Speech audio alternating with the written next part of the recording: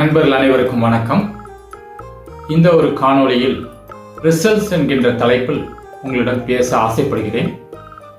நம்முடைய மனித வாழ்க்கையில் கருவறை தொடங்கி கல்லறை வரை ரிசல்ட்ஸ் என்கின்ற ஒரு கான்செப்ட் இருந்து கொண்டேதான் இருக்கும். ஒரு பெண் கருவுற்று இருக்கிறாள் என்பதை உறுதி செய்வதற்கு அந்த ரிசல்ட்டை பாசிட்டிவ் என்கின்றோம். அதே போல் ஒரு குழந்தை பிறந்து விட்டால் அந்த குழந்தை ஆனா பெண்ணா என்று நாம் பார்க்கிறோம் ரிசல்ட்ஸ். பின் அந்த குழந்தை வளரும் பொழுது 1ஆம் வகுப்பு தொடங்கி 12ஆம் வகுப்பு வரை ஒவ்வொரு ஆண்டும் ரிசல்ட்ஸ் என்பது ஒன்று உண்டு. அதற்கு அடுத்தது போல் காலேஜ் செல்லும் போதும் அங்கே ரிசல்ட்ஸை அந்த குழந்தையானது அந்த இளைஞனானது சந்திக்கிறான். பின்பு இன்டர்வியூ போகும்போது அதுலேயும் ரிசல்ட்ஸ் உண்டு. அதுக்கப்புறம் வேலைக்கு சேர்ந்த பிறகு வேலை செய்து கொண்டிருக்கும் போது ப்ரொமோஷன், அதுக்கு ரிசல்ட் உண்டு. அதே போல் அதற்கு அடுத்தாற்போல் கல்யாணம் செய்ய வேண்டும் என்றால் மேட்ச் மேக்கிங், அதற்கும் ரிசல்ட்ஸ் உண்டு. இவ்வாறாக கருவறை தொடங்கி கல்லறை வரை ஒரு மனிதனுக்கு ரிசல்ட்ஸ் இருந்து கொண்டே இருக்கும்.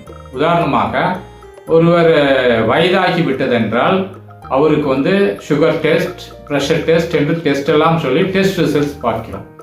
இவ்வாறாக டெஸ்ட் பல வகைப்படுகிறது. எஜுகேஷனல் ரிசல்ட்ஸ், அதே மாதிரி எலெக்ஷன் ரிசல்ட்ஸ், அப்புறம் மெடிக்கல் ரிசல்ட்ஸ், அதுக்கப்புறம் ஒரு கேம், ஒரு போட்டி, வேர்ல்டு கப் போன்றவைக்கும் ரிசல்ட்ஸ், எல்லாவற்றிற்கும் ரிசல்ட்ஸ் ஒன்று உள்ளது.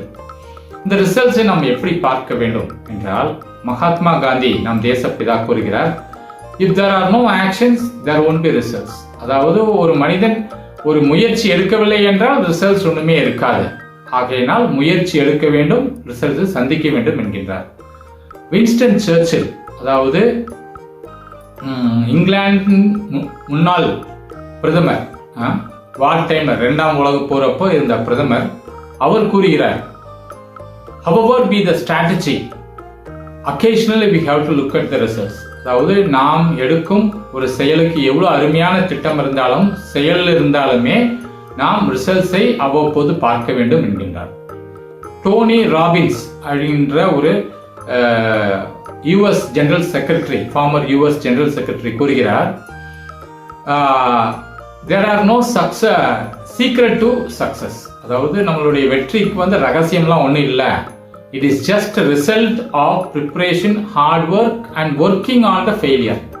அதாவது ரிசல்ட் என்ன என்றால் நம்மளுடைய ப்ரிப்பரேஷன், தயாரிப்பு எப்படி இருக்கிறது, நம்மளுடைய ஸ்ட்ராட்டஜி எப்படி இருக்கிறது, அதுக்கப்புறம் நம்ம எவ்வளோ கடினமாக உழைக்கின்றோம், அதுக்கப்புறம் வந்த ரிசல்ட்ஸை எப்படி இம்ப்ரூவ் பண்ணுறோம், இதுதான் சக்ஸஸ்க்கான சீக்ரெட்டுங்கிறார். அதே மாதிரி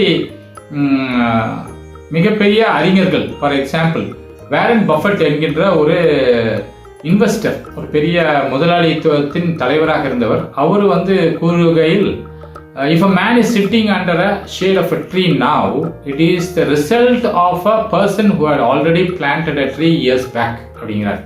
ஒரு மனிதன் இப்போது ஒரு மரத்தின் நிழலில் அமர்ந்து அவன் என்ஜாய் பண்றானா, பல ஆண்டுகளுக்கு முன்பு யாரோ எடுத்த அந்த முயற்சியினுடைய பலன்தான் அது அப்படின்னு கூறுகிறார். இதையே ஆக் மாண்டினோ அப்படிங்கின்றவர் கூறுகையில், ஒரு மோட்டிவேஷனல் ஸ்பீக்கர், அவர் கூறுகிறார், God rewards efforts and man rewards results. கடவுள் முயற்சியவே பாராட்டுகிறார், ஆனால் மனிதர்கள் வெறும் முடிவுகளை மட்டுமே பாராட்டுகிறார்கள் என்று. ஸோ அது பார்க்கும் பொழுது இன்னொரு அறிஞர் மிக அழகாக, அதாவது இந்தியாவில் யூ கேன் வின் என்று புத்தகம் எழுதி மிக சக்சஸ்ஃபுல்லான ஒரு அறிஞர், கே வெரா என்கின்ற ஷிவ் கே வெரா அப்படிங்கிறவர் ஒரு அருமையான கருத்தை கூறியிருக்கிறார். அவர் என்ன சொல்றாரு, if you are having positive actions combined with positive thinking it will result in success அப்படிங்கிறார். அதாவது நேர்மையான எண்ணத்தோட உள்ள செயல்பாடுகளும் அது ஒரு நேர்மையான எண்ணத்திலிருந்து வருகின்றது என்றால் கண்டிப்பாக அது உங்களுக்கு நல்ல ஒரு வெற்றியை தரும், அதன் முடிவு நல்ல வெற்றியாக இருக்கும் என்று கூறுகிறார்.